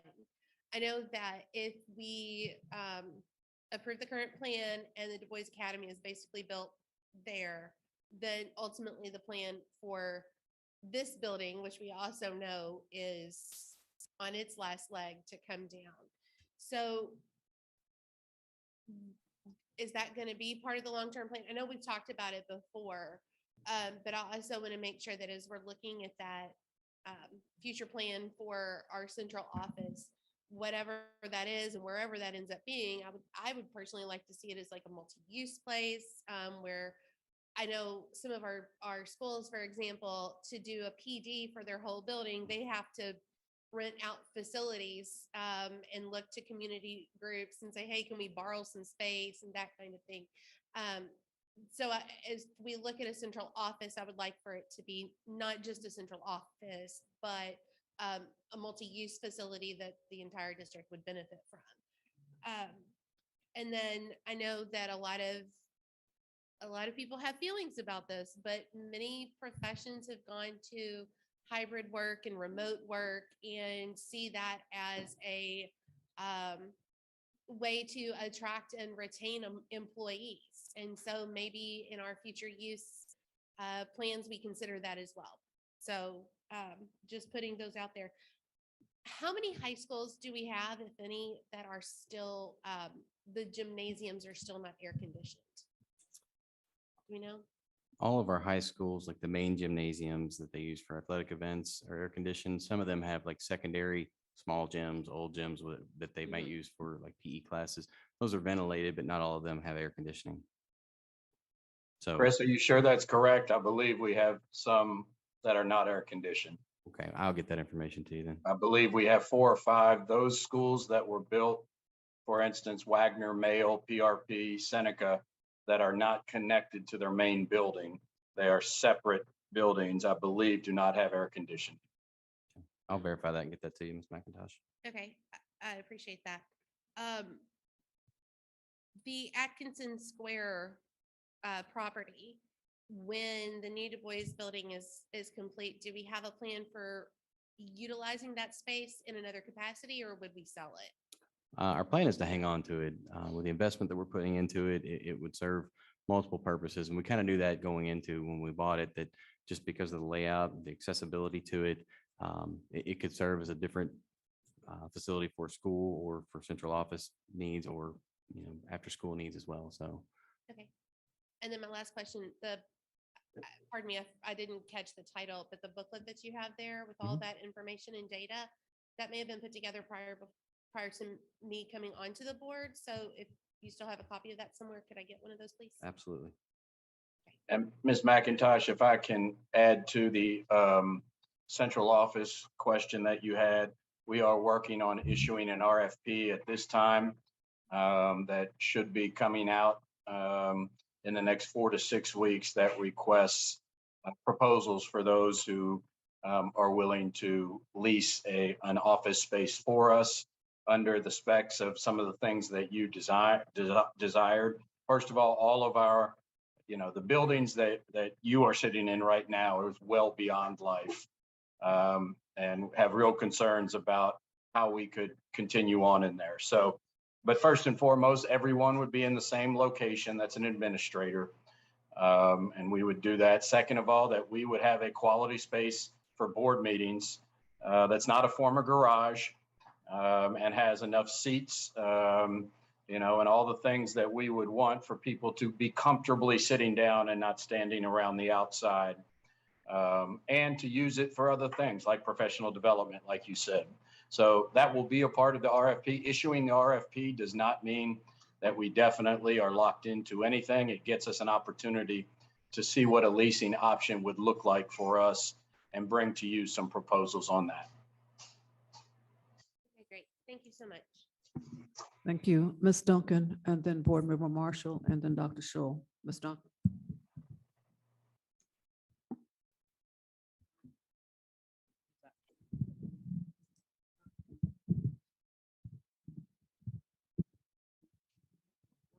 Earlier, but I don't know what happened.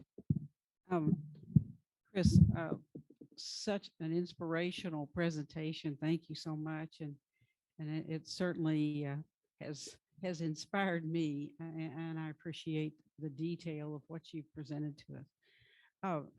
My questions are all over the place. One thing I have is about the space for Du Bois at Sullivan. Is that is for 9th grade, 10th grade, or how? I mean, who's going to be there?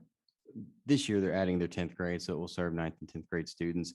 We have intentionally kind of left it open-ended as far as how that space was going to be allocated. And so if Du Bois needs to occupy the whole building, we can make that's not a problem for their high school students. Okay, for their high school. So it'll be a separate or structures. Both of Two those separate will be campuses, two separate correct. campuses, yeah. And the high school, how will their athletic support be? Where will they be aimed for athletic activities? That's something we'll have to coordinate with Dr. April Brooks to find them facilities in the meantime until we build them something. All righty. I was talking to an architect over the weekend, and he was talking about the expense of our high schools now to build a high school. What are you seeing the cost of this being for replacing a high school now? What are you thinking? I mean, it used to be 80 million. That was not long ago. We could build a high school for 80 million, but I know it's way more than that now. So what are you thinking that's going to run? I think that's a fair assessment, Ms. Duncan. I think right now with some of the challenges in supplies and just the issues that come around with construction, the cost of inflation, I think we could anticipate, $100 million for a high school because we have not built one in 54 years, I believe. That's one of the things that we want to be able to share with you all too, just what that would look like to, again, we've not constructed or even designed one for some time now. So that's something that we want to be able to share with you as well in the coming months, just to give you an idea of what it's going to take to actually build and replace a high school. Well, I know they were talking about one high school that they're working on that has hit $200 million. And I was stunned with that number. But that was out one of the high schools out in the state. They had anticipated 160 million, and then it was coming in at 200 million. So these things are not inexpensive, and I know we will do the best we can with those. As far as playgrounds, is there a reason why we never supported playgrounds? All we did was do the grounds or the foundations that playgrounds sit on. Is there a reason why we haven't supported playgrounds? Because every school has had to have that burden of trying to raise money for equipment. I think I'll start with the answer, Chris. If you want to add anything into that, that's fine. I mean, both, what have been considered by this district for decades is that athletic facilities are the responsibility of the school itself based upon fundraising or the amount of money that comes into football games, basketball games, their athletic department. And so you see a difference in athletics facilities as a result of that. We have not budgeted money for that. Along with playgrounds, that has been usually the responsibility of the Parent Teacher Student Association or fundraise. And so this is definitely a shift in the way we are doing things. Complete shift, which is saying especially those schools who don't have access to a large dollar amount in PTAs. And I can tell you, we have elementary schools that have a PTA difference from about $80,000 in one to about $2,000 in another. That's a $78,000 difference on a yearly basis. On our athletic facilities and booster club and the money that's taken in, we have one that takes in $250,000 a year and another who takes in $20,000 a year. And so that is kind of what is written about in research, those hidden dollars that are outside of the purview. They've been outside of the district. So we are going to fix that just by attacking athletic facilities and playgrounds, that we can do that right now. But then also, as I've said before, ongoing is to make sure that we raise funds for those schools who don't have viable dollars coming in from PTAs or their athletic booster clubs and alumni association, that we mitigate that and provide those dollars for them every single year. So that is the big change. I can't talk historically why that's started that way, but that's the way it has been in this district for many years. It's certainly been one of those situations that reminded us of how important equity is and how it's not been there among so many of our schools. One last question about Du Bois and the campus. Do we have kind of a timeline in mind for when that work could begin after we approve approve architects for that? Do we have kind of a timeline of when that might be begun and what we will do with parking in that area that's not going to be available for parking anymore? Chris? Okay. Yes, I mean, historically, like from the time of approval to the time we break ground is about 9 months. But we own the property, so that's going to expedite the process quite a bit. And so that's part of the reason why we went ahead to start reaching out to architects to begin the design work for that. So we anticipate being able to move fairly quick on that. So this year. I think this year, and then what is our plan for parking that is taking place over there right now? And kind of that auxiliary parking lot. We'll have to do kind of an assessment to figure out exactly how much of that parking we're using regularly and figure out how we can maybe reallocate some space up here on the main campus. Alrighty. Well, I'm sure if I think about this, I will have a bunch more questions, but I really appreciate the work that's being done and the hope that this gives all of us for the future. Thank you, Chris. Board Member Marshall, please.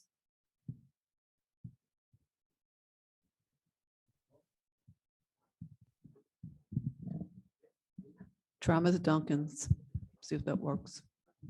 And your teacher voice, please. Thank you. Microphone roulette, right? And here we go. This is what Thank we you. need. We need board karaoke night with these mics, right? Y'all don't want to see my Prince impersonation. Anyway, I'm excited.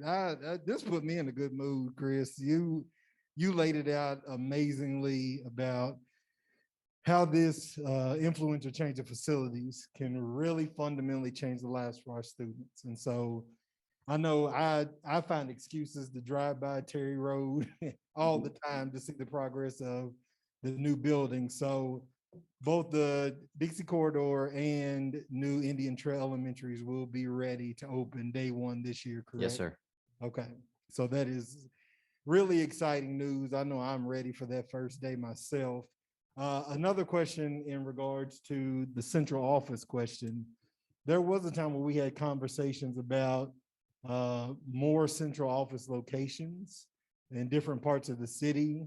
Is that still something that we're discussing, talking about as a possibility versus having one central office, having some different satellite locations throughout the city? I think at this point, our goal, Mr. Marshall, is to have one centrally located central office that houses what, like I said, the administrators, and then put the potential for having which we have warehouse. Most of our warehousing is at CB Young right now. That is probably our most, the land that we have there is the most valuable of all the central office lands we have. So, you know, the sale of that land and some others could lead to the ability for us to pay for any central office lease for many years.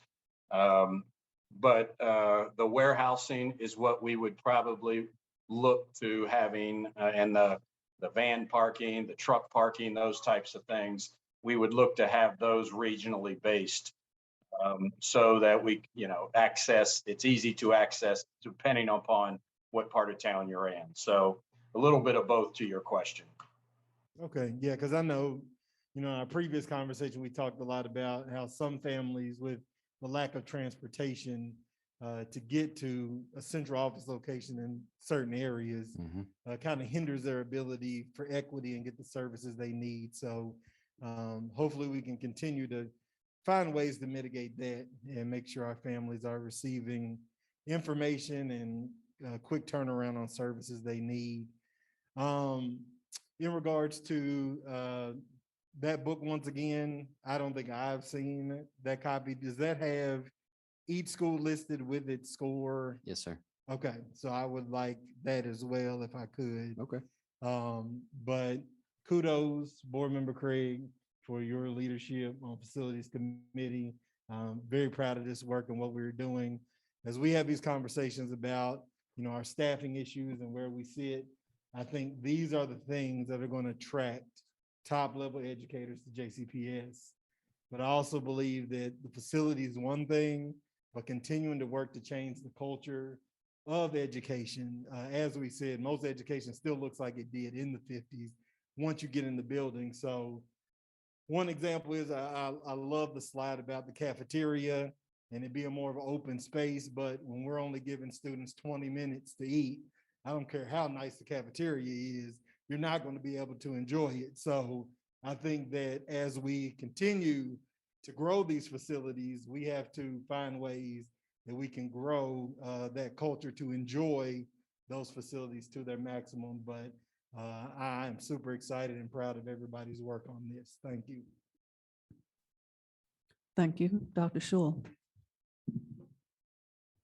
Thank you, Chair Porter. Thank you, Dr. Perkins, for this report tonight and your ardent work to help improve and update our facilities in JCPS. I have two questions. One, when will the Du Bois additional campus at Atkinson be completed? Within the next few weeks for school to start. Do we have a definite date? I'll get that to you. I don't know off the top of my head, but in time to get to get the building set up with classroom desks and whatnot. Yeah, I think Dr. Polio said earlier, we have exactly 3 weeks before school starts. that's great. 16 days, I believe. Yeah, so, okay. Follow up on that question. Has the furniture arrived for that additional building? That I don't know, but I will check on that and follow up with you as well. Have you or your staff coordinated with Dr. Hunter, the new principal there, to see if any adjustments need to be made to that space? We've got a project manager that's coordinating, so I'll touch base with him to see if there's anything as far as changes and what the original intent and vision was. But he's in pretty close contact on the project management piece of it. So Thank you. I'm getting quite a few inquiries from constituents of District 6 as to when the Elevate Center in Newburgh will be open. Can I tell them September, October, Juvember? When should I? I would conservatively say like this winter. But again, a lot of that's going to be contingent upon how quickly, one, identifying the facility. And like I said, we went to a place yesterday we felt pretty good about. We're waiting to hear back from them on their plans and how much they can accommodate what our needs are. But they seem pretty motivated. So that's a good sign. Okay. So this winter, as in December 21st, or? That sounds like a good date to me. We'll say it. Okay. I'll, as soon as I know more, I will be glad to give you what I think the timeline is going to be. All right. Thank you very Yes, sir. kindly. Thank you for our report this evening, Mr. Perkins. It's very important. And I think that we appreciate also the leadership of Board Member Craig chairing this committee. What I would like for the board and the community to understand is the history of the inequity of the facilities in the Jefferson County Public Schools. I'm not going to preach about what was, we're talking about what will be, but you have given some things that are going to be corrected. It has never been equitable that some parts of the city had playgrounds in their schools and others did not. It has never been equitable that some schools got fixed quicker than others. And what I heard you say that each district would come away with a new school, but I would like for us to understand the history of some of what has gone on with the schools that are currently built. It pays to have the history as you talk about the future. And we are working on the future, but I would like for us to understand the history of what has happened to get us here. And I appreciate the work that you're doing. It has been hard to understand the differences by district of what has happened facilities-wide. Also, as we talk about making things available, I would ask that we use equity in what we're doing. Because in one situation in a school in my district, the football field is smaller than any other in the district. That should not happen in JCPS. Agree. So I think that if you give us the history, we look at the history, we look at the future, and as Dr. Schul and Ms. Duncan has said, people are asking questions about Du Bois. They're going to be asking questions about Grace James also. So please keep us up to date and posted, because at the end of the day and at the beginning of the morning, we get the emails about what is going on. So I appreciate the report tonight. We have work to do, and I am proud of those that are working on the work, but we must never forget the history. And I'm saying that also because as we build new buildings and we think about things, one of the things that has come to our attention is we are eliminating history in some of our schools. And that has been the case. I'm not just saying in District 1, but as we move forward with the building, as we're merging Phyllis Wheatley and the other school together, we don't want to lose the names of those that have made these buildings what they are, and that would be Dr. Perry at Roosevelt Perry also. So I appreciate your work, but it's not over. But you've gotten everybody excited tonight. People are smiling and ready to go, ready to have school. So let's keep it going. Let's keep it moving. But let's be honest to say that we have come a long way and we don't want to go backwards. We want to go forward. It's nice to have a great space for our staff and our students. And it's nice to have a greater space as they walk in the door, that they'll have strong academic accommodations. And I think you talked about the technology with Dr. Belcher and everything like that. So thank you for your report tonight. But I think we will probably ask for updates along the way, if you don't mind, because there's a lot of work that's on your plate. And some districts come out with a 5-year plan and update, and update. So thank you, and thank you for your work, and we're looking forward for more. So thank you. Any other questions or comments from the board members? Is there anything else, Dr. Polio, you want to say before I ask for the motion to receive this update? No, ma'am, we would just encourage that if anyone wants to, we have a facilities committee. I believe tomorrow evening is the next facilities committee meeting where we'll be discussing more specifics on this. But as Board Member Craig said, the third Wednesday of every month, we will hold that committee meeting and continue. They will bring recommendations or recommend to us what to bring to you. So that will be ongoing. So thank you very much, Chair Porter. Thank you, and thank you. Mr. Perkins, at this time, is there a motion to receive the facilities update? The motion, I kind of knew it was going to be made by Board Member Craig and seconded by Board Member McIntosh. All those in favor, would you please raise your hand? It's unanimous. Thank you very much. The next item we will go to is our consent calendar.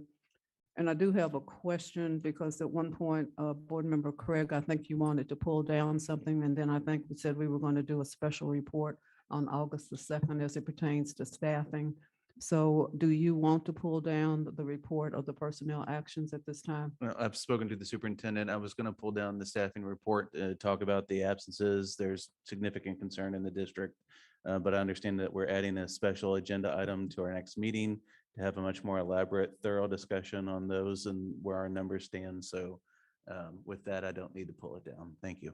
Okay, and also I want to emphasize the fact that you have asked for some specifics that you want, and Board Member McIntosh has asked also. So when we have the meeting on August the 2nd, it's my understanding that we will cover the questions that you're asking moving forward. Is that to your satisfaction? It is. If I can add one thing to specifically, we're going to need a school by school breakdown of where we stand. Marty, is that okay? There's some rumors circulating about much more significant vacancies in certain elementary schools than we've ever seen before. So I just want to make sure that we're dealing with complete and accurate information as we assess all of this. Make sense? Yeah, we're happy to. I want to say this, though, that it's very difficult to have a full picture on July 19th because so much happens in the next 3 weeks. As I said in my superintendent report, we are challenging schools to do things different ways than we've done them in the past. For instance, in the past 10 years, the amount of support resource teachers we have increased significantly. And so, I don't think we are in a position where, we can have a lot of people who don't have some classes that they have, that they're a part of instruction and they're the certified teacher instruction. So we're going to bring that to you as well, but happy to bring a school by school breakdown. Thank you. So thank you, Dr. Polio. And what I would like to ask at this time, is there a motion to approve the consent calendar, because everything will be taken care of August the 2nd. Dr. Schul made the motion and Board Member Craig seconded the motion, if I'm not mistaken. Okay, are there for the vote, all those in favor? It's unanimous. The consent calendar has been approved for this evening. Thank you very much. We will now move on to the planning calendar. Are there any questions with is there a motion to receive the planning calendar? Ms. Duncan?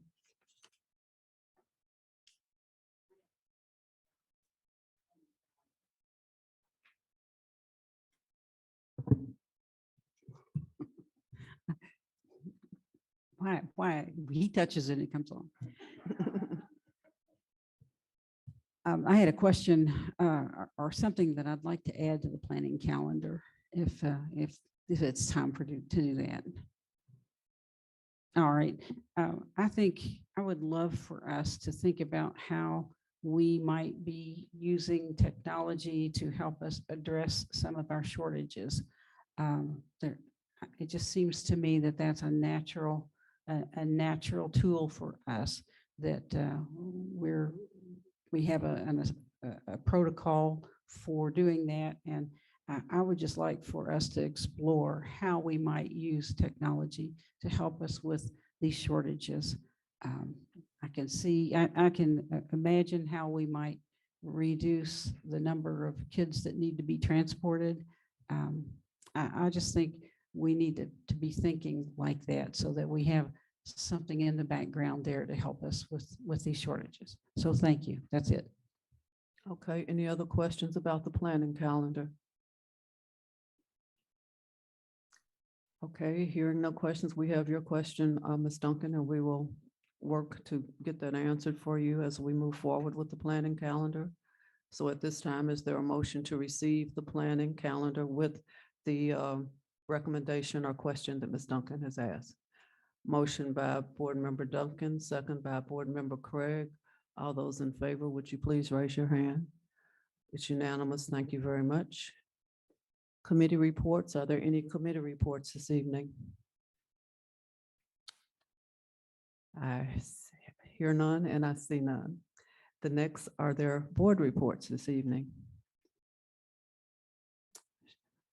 No one has a board report. Well, I do. Okay. Thank you to our Chief of Communications, Ms. Callahan. My report is going to be a video of Elevate at 2500 West Broadway.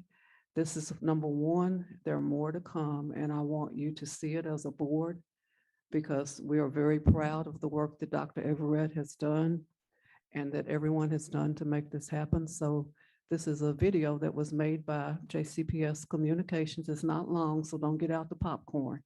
Just take advantage of what we were able to do in this facility. Our next opening, we're not giving the date, will be in the Newburgh area, and then the third one is to be open in Smoketown, but number 2 is Newburgh. So Ms. Callahan, when you're ready, would you please play that for, and that's my board report for tonight.